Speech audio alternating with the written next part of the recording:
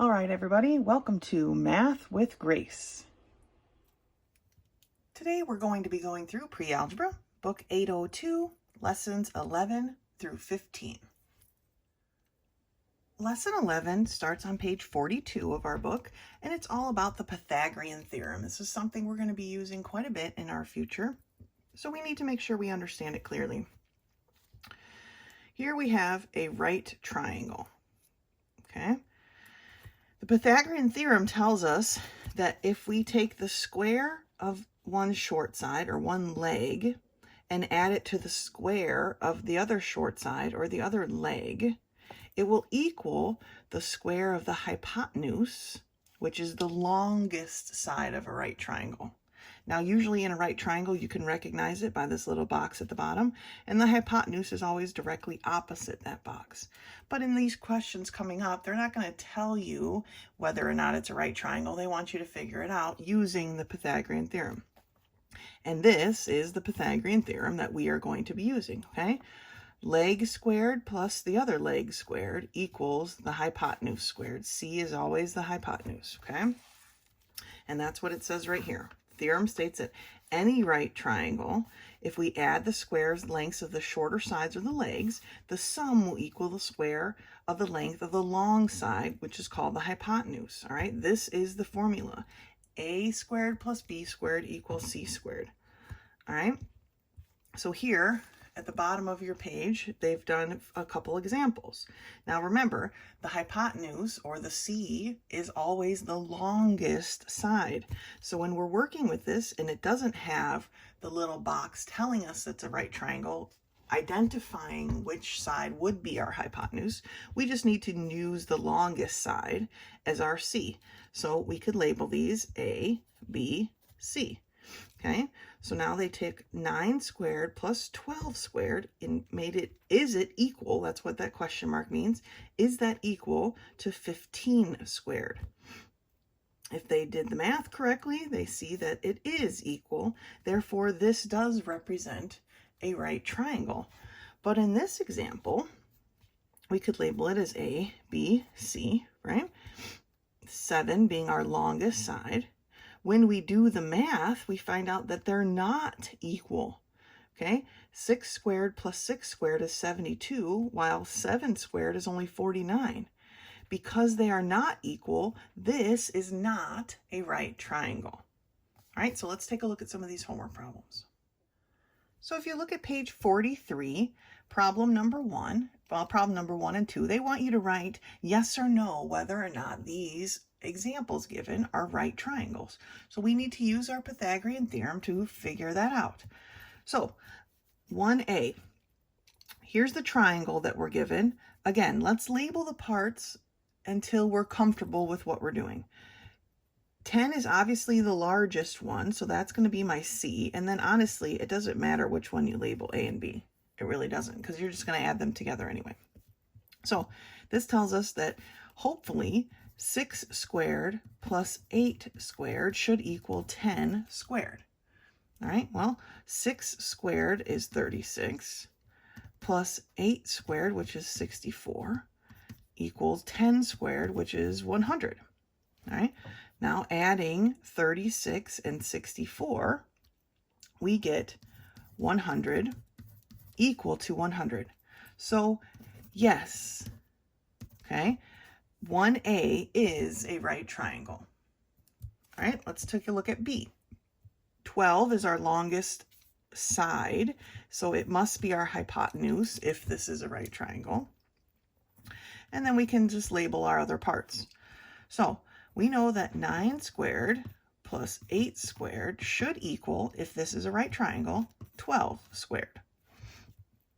9 squared is 81 plus 64, which is 8 squared, equals 12 squared is 144. All right, getting out your calculator or whatnot, we can add these together and get 145 equals 244. So these are not equal, so no, this is not a right triangle. All right, see how we're using the theorem? A squared plus B squared equals C squared. Let's take a look at number 2.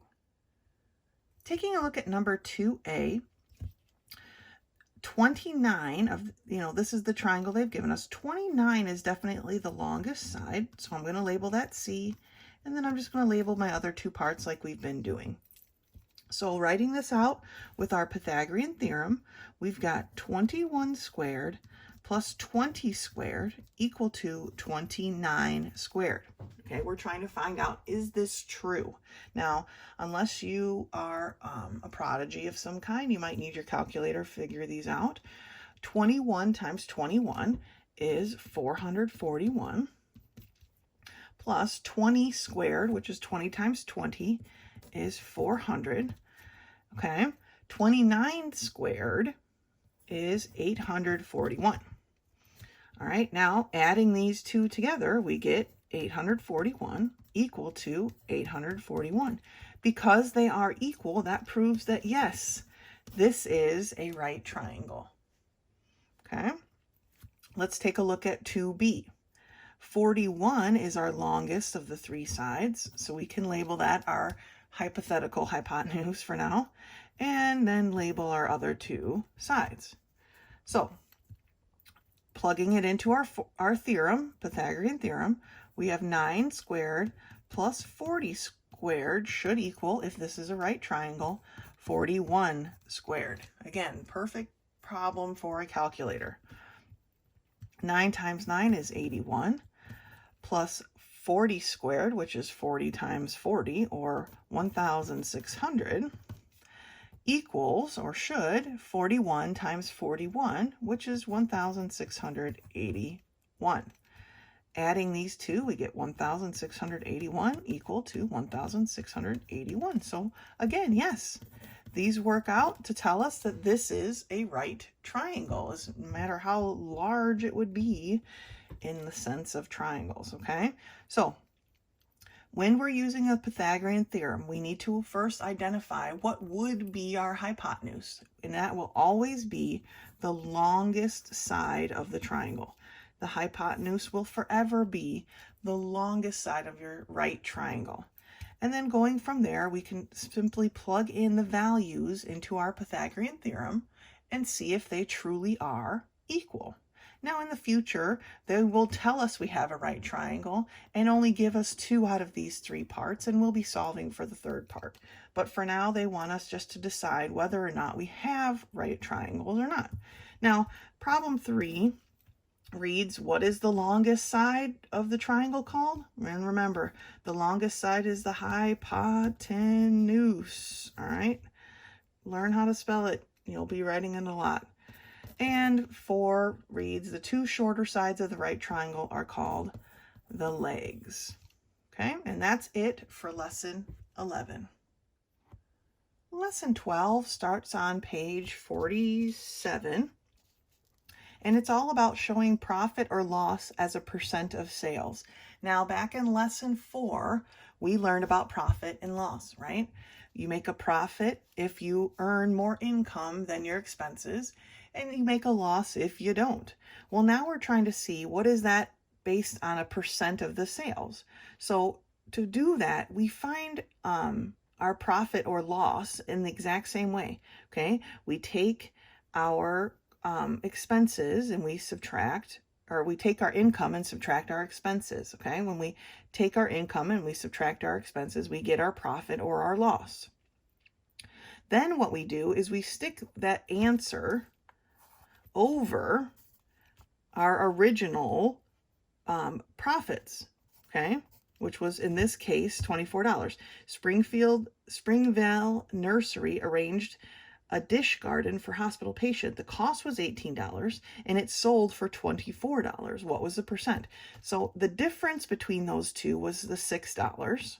And we put that over the original profits, how much money we made, okay? When we divide then, 6 divided by 24, we get 0.25. Now, we need to change that over to a percentage. When we change a decimal to a percentage, we move the decimal point 2 places to the right. And so we get a 25% profit.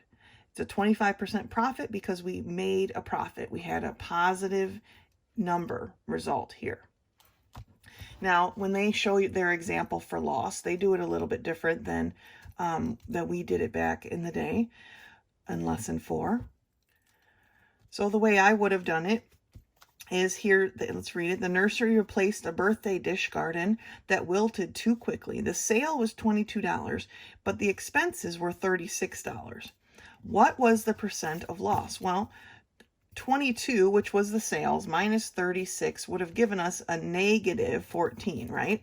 Negative number shows that we have a loss.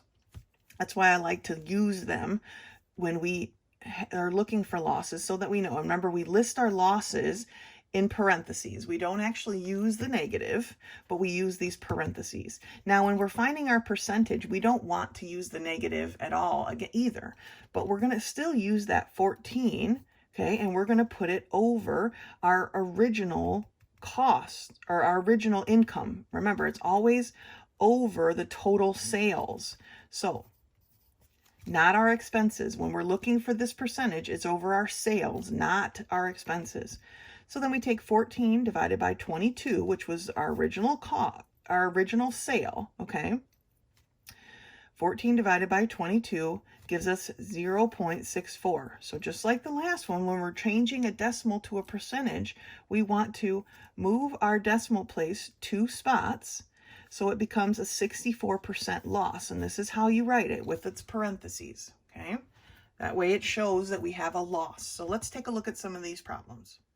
All right, looking at the bottom of page 47, we have problem number 1A, which tells us that our sales were $1,750 and our expenses were $1,475. So first step is to find our profit or loss. So we're going to take $1,750 and subtract $1,475. Okay, when we do that, we get a positive $275. So right away, we know that we've made a profit. Okay, we then take that number, 275, and we put it over our original sales, which was $1,750. Okay, so we put this into our calculator, and it comes out as 0.1571, blah, blah, blah. There's some more things after that. But they want us to round to the nearest whole percent. Okay, so we're rounding, but first let's move our decimal and see where it gets us. Okay, we need a percentage, so we move our decimal 2 places and we end up with 15.71. Now the nearest whole percent means that we're rounding number 5 based on the number 7. 7 is larger than 5, so we're going to round up, making this 16% profits. Okay, so 16% is our answer for letter A. Let's look at B. For B, our sales were $138.65 and our expenses were $145.67. So just like before, we're going to take our $138.65 and subtract our $145.67. Okay, when we do that, we get a negative 702. Remember, when we're talking about loss, though, we're not going to use the negative, we use parentheses. So right away, we know we have a loss. So I'm going to go ahead and put parentheses in my answer box because I know that whatever percentage we get, it's going to be a loss because this was a loss. We did not make enough money to cover our expenses. All right, that being said, let's continue on with the process here. We take this 7.02, and we put it over our original sales of $138.65. All right, putting that into our calculator, we get 0.0506.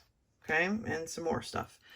But that's enough for us to finish our percentage. Now remember, when we have a percent, we want to move our decimal 2 places to the right, so we end up with 5.06. We're rounding our 5 based on a 0, which means our 5 just stays the same. So this was a 5% loss. All right, let's take a look at number 2. All right, so for number 2, we have sales of $29.95 and our expenses were $35.49. So just like always, to find our amount of profit or loss, we take our sales and we subtract our expenses. When we do that for this one, we're going to get a negative $5.54, right? So right now we know we have a loss. So we can mark our percentage as a loss because again, our expenses were more than our sales. Now we take that $5.54 and we put that over our original sales of $29.99 and we divide and we get 0.1847 and some more numbers. Now, to make this decimal into a percentage, we move our decimal place 2 points to the right and we get 18.47. Now we're going to round our 8 based on our 4. The 4 is less than the number 5, therefore our 8 stays the same. So we have an 18% loss. That's a pretty high loss, all right? 18% loss. Let's look at 2B. 2B, oh, and I forgot my little percent thing. 2B says that we have sales of $23.86 and expenses of $15.99. Now you can see right off the bat, right, that we actually made this time selling our Yu-Gi-Oh cards. We made more money than we spent. So we're going to have a profit, but let's figure out how much. We take our $23.86 and we subtract our $15.99. All right, and we get $7.87. All right. So at our card show, we made $7.87. We take that $7.87 and we put it over our sales of $23.86, and then we divide. And when we divide, we get 0.3298, blah, blah, blah, blah, blah, right? Again, we need this decimal to be a percentage because that's what we're looking for. So we move our decimal 2 places to the right. So we end up with 32.98. We're rounding our 2 based on this 9. 9 is greater than 5. Therefore, it's going to push our 2 up a number. So we end up at 33%. So here we had a 33% profit, which is fantastic. All right. Let's take a look at number 3. All right. For problem 3, letter A, it tells us that our sales are $1,647, while our expenses were $1,435. So right off the bat, you should recognize this as a profit, right? We've made more money than we spent. Let's figure out what our profit percentage was. We're going to take 1,647, subtracting 1,435, and we get $214. So we had a $214 profit. Now let's figure out the percentage. We take that 214 and we put it over our sales of 1647 and we divide. When we divide, we get 0.1299, which is enough. There's more, but now we have our decimal. We need to change it to a percentage. We do that by moving our decimal place 2 points to the right. So we end up with 12.99. Now they want whole decimal or whole percentages. So we're rounding our 2 based on this 9. 9 is greater than 5, so our 2 gets bumped up to a 3. So we have a 13% profit for problem 3A. Looking at 3B, we have sales of $162.37 and expenses of $232.89. Well, right away, we see we have a loss, right? Our expenses well exceeded our sales. So we know we're going to have a loss. Let's just figure out how much that is. Let's take our sales of $162.37 and subtract our expenses of $232.89. And we get a loss or a negative $70.52. All right. Remember, we always list our losses in parentheses. Now we take that $70.52 and we put it over our original sales of 162.37, and we divide. And we get 0.4343167, blah, blah, blah. Now, to make this decimal a percent, we're going to move our decimal 2 places to the right, and we end up with 43.43. Now, we're going to round this 3 based on this 4. Again, 4 is less than 5, so it does nothing to change our 3. So this is a 43% loss, which is a huge loss, okay? It's pretty devastating on our sales of, I don't even know, cupcakes sales, okay? It's a pretty big loss. This is how we do our showing our profit as a percent of sales, okay? We take our sales and subtract our expenses, getting either a profit or a loss. Then we put that amount over the amount of original sales, okay, which is what we did here, and we divide. That will give us a decimal that we change over to a percent, and then we round it to our nearest whole percent. All right, and that's lesson 12. Lesson 13 starts on page 52, and it's all about using interest formula for partial years, which means not 1 solid year or 2 solid years. It's like the middle of the road, 18 months or 150 days or some ridiculous number, okay? But let's just review real quick interest in general, all right? Well, interest is the fee paid for the privilege of using another person's money. The amount of money borrowed is called the principal, okay? That's going to be important. To calculate the amount of interest due, we multiply the amount of the principal by the rate of the interest and by the amount of time that the money was borrowed. And when we talk about interest rate, and here's the formula right here. So interest equals principal times rate times time. When we're talking about finding interest, we're talking about time. Our time is always in years. So if we're dealing with an amount of time that isn't an exact year, 5 years, 10 years, 1 year, 2 years, 63 years, okay? When we're talking about that, then we're having to talk about a fraction of a year or a decimal of a year, okay? And that's what this list is here at the bottom of page 52. Now, this list is also on your page 0, so don't freak out thinking you have to memorize all of these. They're listed on your page 0 to help you out. And here's some of the most common ones. I'm just going to read through the list real quick, and then we'll take a look at some of these problems. 30 days, which of course is 1 month, is 1/12 of a year, right? Because there's 12 months in a year.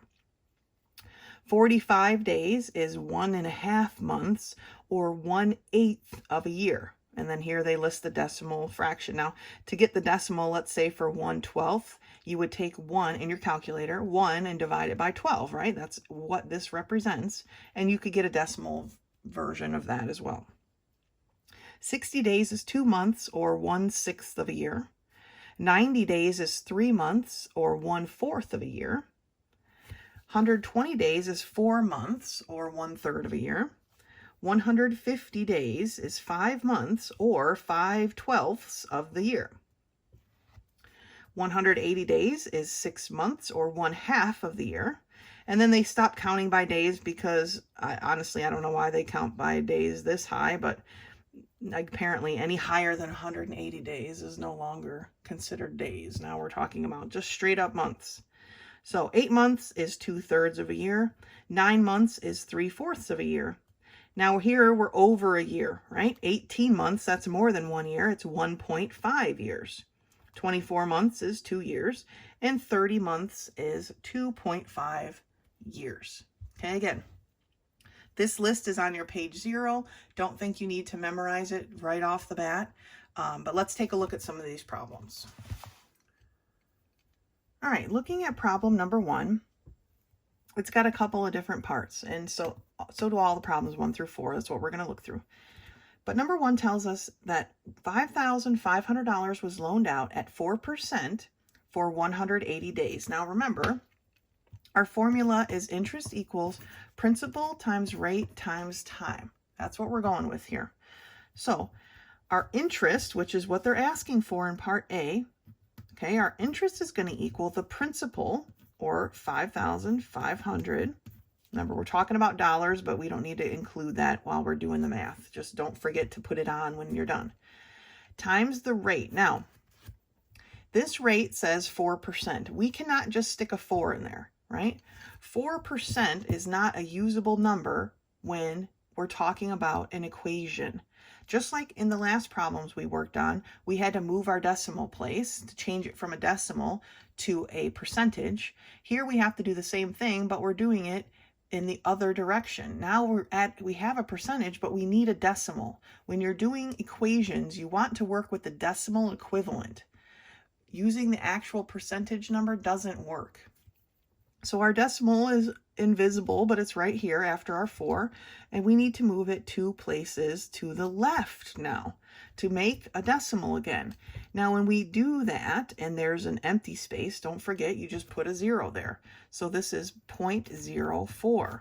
That is how we represent our percentage so that we can use it in these equations.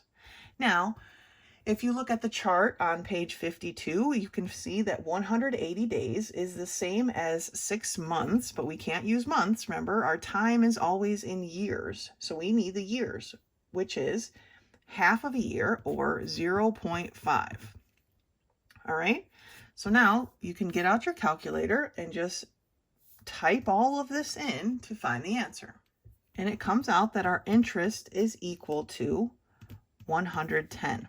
Now, remember, that is in dollars. We're talking about dollars. How much interest are you paying on borrowing this amount of money? You're paying $110 interest.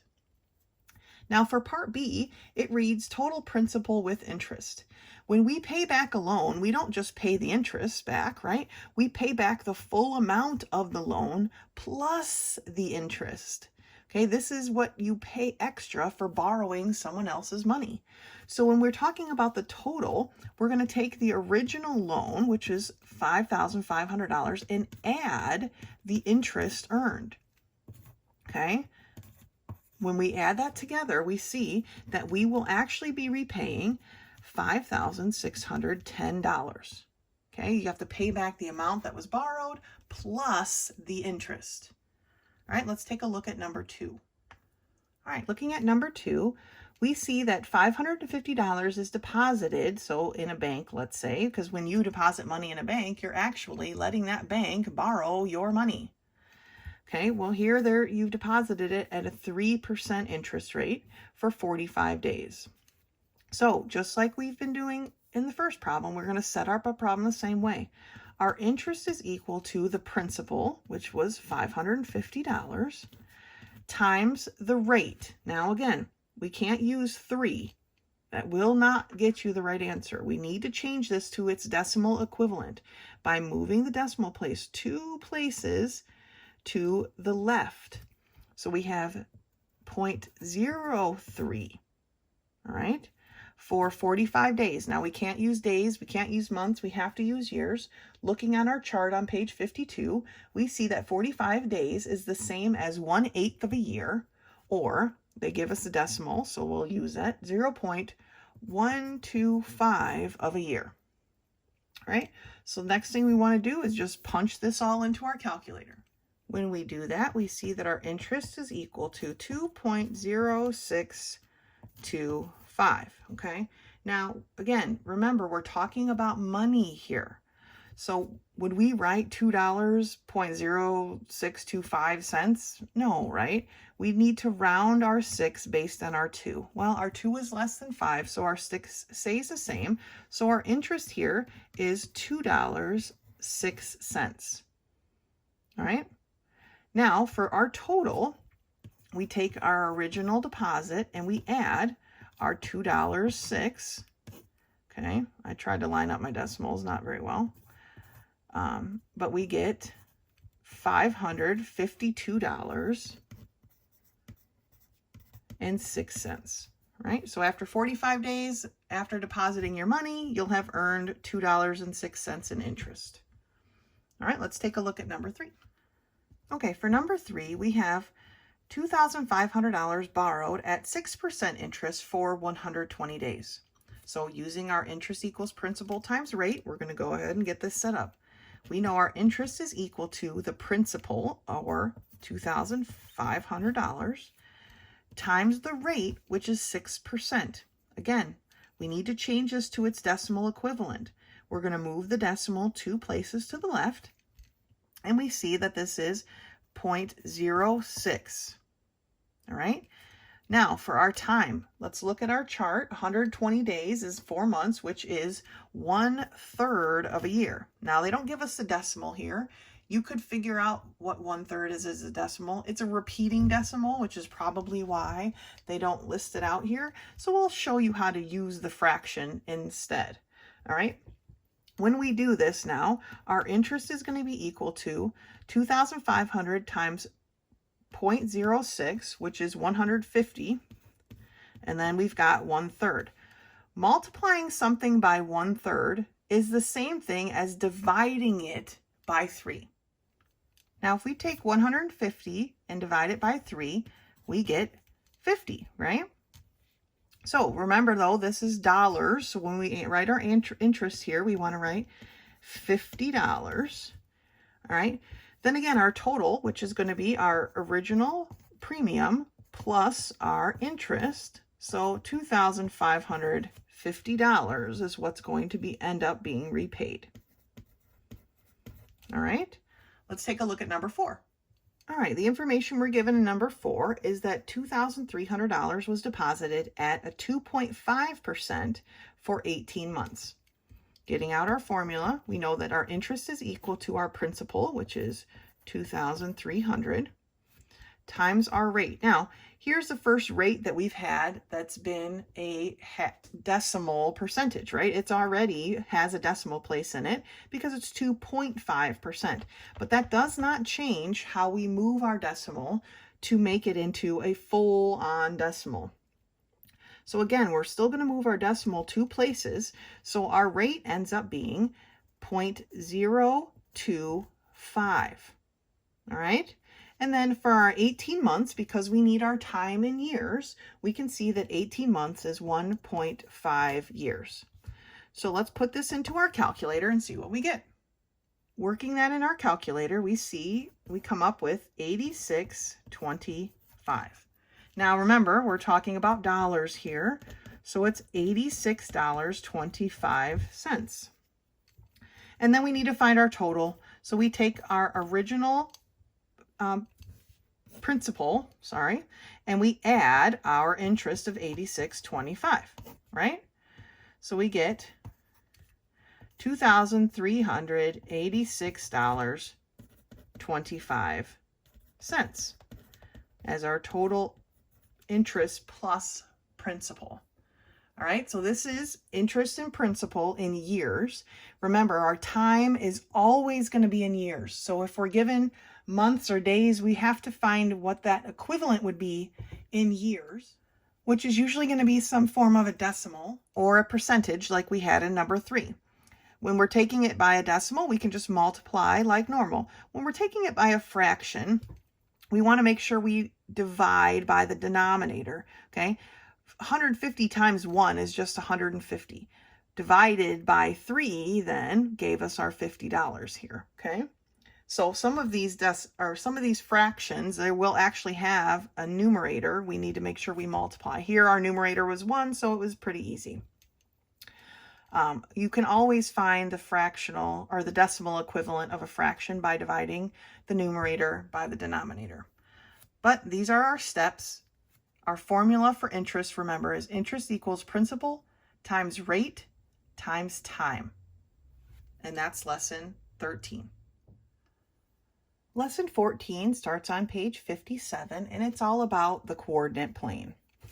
Now remember, when we're talking about a coordinate plane, and that's what this is, a lot of times it just looks like this, okay? A simple version of it anyway. This has got a nice little grid mark set up on it. But when we're talking about the coordinate plane, we're looking for ordered pairs. This is what an ordered pair looks like. Okay, it's two numbers set in parentheses separated by a comma. When we're looking at those numbers, the first number on the left is our x, and the second number then would be our y.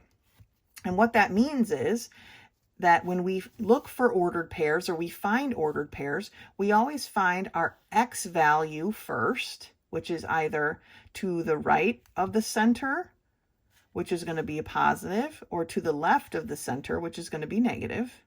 And then we find our y value, still starting from the center. And if we go up above the center, that's a positive.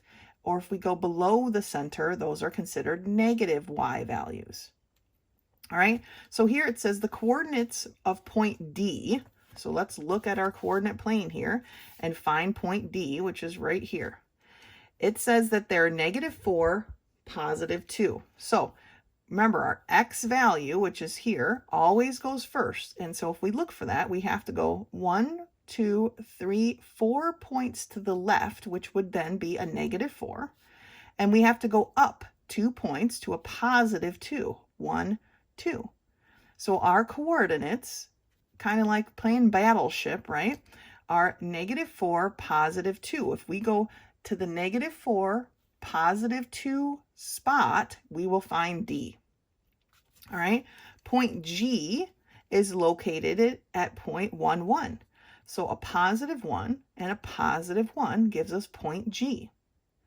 Point M is located at -4, -2. So we want to go -4x, which is 1, 2, 3, 4 to the left, and -2y. Now we're going down, 1, 2, and there you go. There's our M. And then it says point 0 is located at 0, 3. Now when we have a 0 for one of our coordinates, that means we aren't moving off of our origin point, which is in the center. Okay, so our x value is 0. We're not going to the left or the right. We're going to stay on that origin point. And then our y is a -3, so we're going down 3 points. 1, 2, 3, and there's our O. All right, let's take a look at these problems then on the bottom of page 57. They want us to write the ordered pair for each point, number 1 and number 2. 1A is point L. So first thing we have to do is locate point L. All right, well, point L is here. All right, so that being said, we need to figure out how we would list that location. We always do the X first, okay, either right or left. Starting at our origin, to get to L, we have to go 1, 2, 3 points to the negative. So we put our bracket and we write a -3, comma. Now, to continue our process to our L, we need to go up, right? Up how far? 1, 2. 2 points, which is a positive because we went up. So the location of L is at -3, +2. All right. Part B, or number 1, part B says the letter V is in Victor. Let's see. Oh, here's Victor over here. Okay. Starting at our origin point, which is at 0, 0, or the center. Okay. To get to V, we've got to go 1, 2, 3, 4 points to the negative because we went to the left. And then we have to go down 1, 2, 3 more points. Down means negative again. So V is located at -4, -3. Looking at problem 2A, they want us to put the location or the ordered pair for N. Well, N happens to be here. Again, we always start with our X, which is our left or right. Here we get to go to the right 1 block. So we know that it's a +1. Then to continue our trip to N, we need to go up 1, 2 points, right? 2 blocks. So our N is located at +1, +2. Right, there's where we'll find N. It's kind of like giving directions, right? How many blocks this way, how many blocks that way. All right, X is the next value or the next letter they want us to find. X is way over here. So starting at our origin point, we need to go 1, 2, 3, 4 points to the right, which is positive. And then we need to go down 1, to 3 points, which would then make it negative because it's down, okay? So x is located at positive 4, 1, 2, 3, 4, negative 3. And there's our x, all right? It's like giving directions. Now for the next two problems, they want us to locate the letter that's at the given directions, okay, at the ordered pair. 3a wants us to go positive 4, positive 3.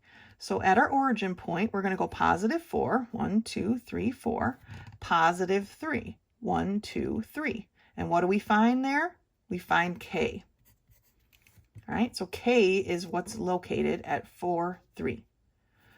Now, part B tells us to go to 3, 4. All right, again, we start at our origin. We go 1, 2, 3, 1, 2, 3, 4. And when we do that, we find h. Okay, both of those were positive, so we both went positive directions both times. Now, 4a wants us to find negative 2, negative 1. So here now we're going in the negative direction. We start at our origin point.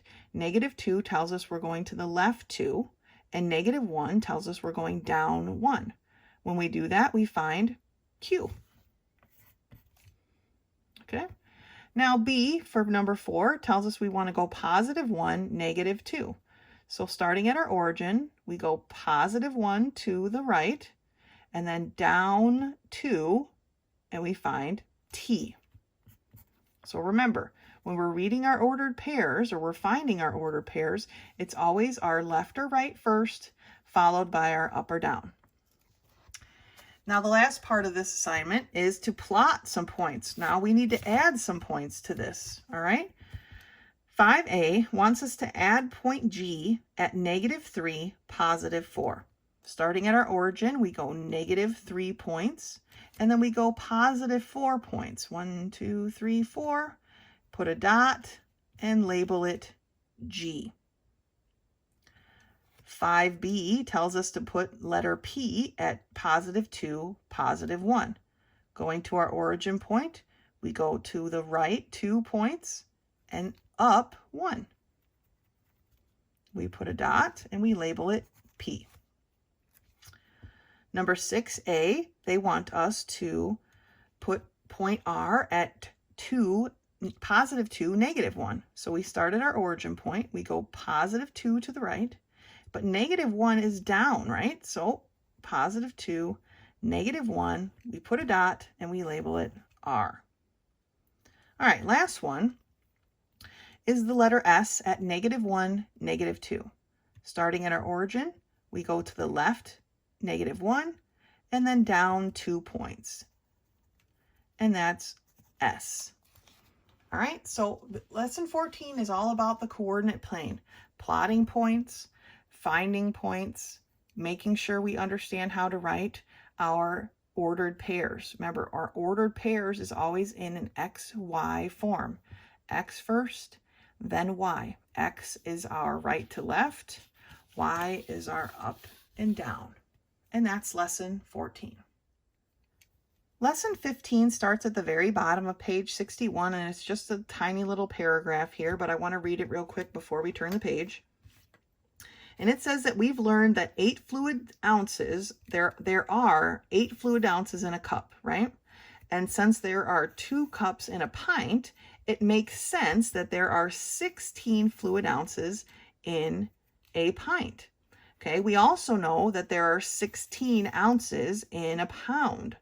So there's a little rhyme here. It says, a pint's a pound the world around. Okay, so the number of cups in a pint, or fluid ounces, sorry, the number of fluid ounces in a pint is the same as the number of ounces in a pound. Turning the page to page 62, they've got a little grid here, and they want you to memorize these calculations. Luckily for us, these calculations are also on your page 0, so don't feel pressure to memorize them right now, but you'll be using them a lot, so it will come to you. But basically, it tells us that 1 pint is 16 fluid ounces, 1 quart is 32 fluid ounces, and 1 gallon is 128 fluid ounces. All right, that being said, let's take a look at some of these problems. Number 1 tells us that Liz drank 96 ounces of water in 1 day. Did she drink more or less than a gallon? Well, if she only drank 96 ounces, and here we know that a gallon is 128 fluid ounces, she drank less than a gallon. Now, problem 2 says that the convenience store sells a 44-ounce soft drink. And it asks, would 3 of these, so times 3, be more or less than a gallon? Well, if we take 44 ounces times 3, what do we get? We get 132 ounces. Well, is that more or less than a gallon? Well, a gallon, 1 gallon equals 128 fluid ounces, right? So we know that this is more than a gallon. Now, you shouldn't be drinking a gallon of soft drink, but that's besides the point. Then problems number 3, 4, and 5, I'm not going to write out here. They're pretty straightforward. 1 quart equals 32 fluid ounces. 1 gallon equals 128 fluid ounces. And 1 pint equals 16 fluid ounces. Okay, so that's it for lesson 15. It's pretty simple. They just want you to work with that green square. Here, I'll pull it back over here. All right, they just want you to work with this and work on memorizing it, okay? That's it for lesson 15. That's all I have for you for this video. So until next time.